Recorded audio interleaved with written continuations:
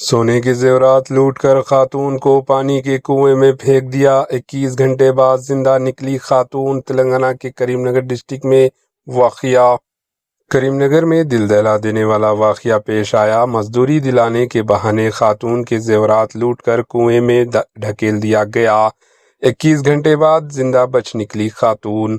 रियासत तेलंगाना के करीमनगर डिस्ट्रिक्ट में एक दिल दहला देने वाला वाक़या पेश आया, जहां मजदूरी दिलाने के बहाने एक 55 साला खातून को सुनसान मुकाम पर ले जाकर इसके जेवरात और नकदी लूटने के बाद पानी के कुएं में ढकेल दिया गया। हैरत अंगेज तौर पर खातून तकरीबन 21 घंटे कुएं में रहने के बावजूद जिंदा बच गई। पुलिस के मुताबिक गंगाधरा लक्ष्मी, जो तिम्मापुर मंडल के किसान नगर इलाके की रिहायशी है, रोजाना की तरह मजदूरी के लिए गई थी। एक नामालूम शख्स इन्हें काम दिलाने का बहाना बनाकर नस्तुलापुर गांव के मुज़फ़्फ़ात में ले गया, जहां इसने इनके पास मौजूद आधा तोला सोना और 4000 रुपये नकद लूट लिए और इन्हें कुएं में ढकेल दिया।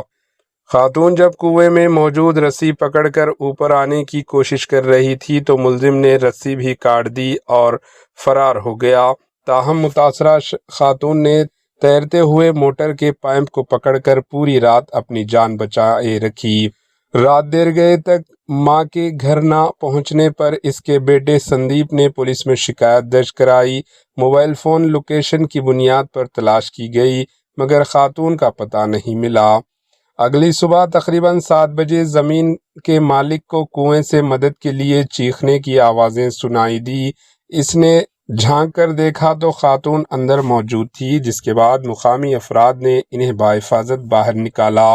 इत्तला मिलने पर पुलिस मौके पर पहुंची। मुतासरा खातून के बयान की बुनियाद पर केस दर्ज कर लिया गया और फरार मुलजिम की तलाश जारी है। Bureau report, AHN news.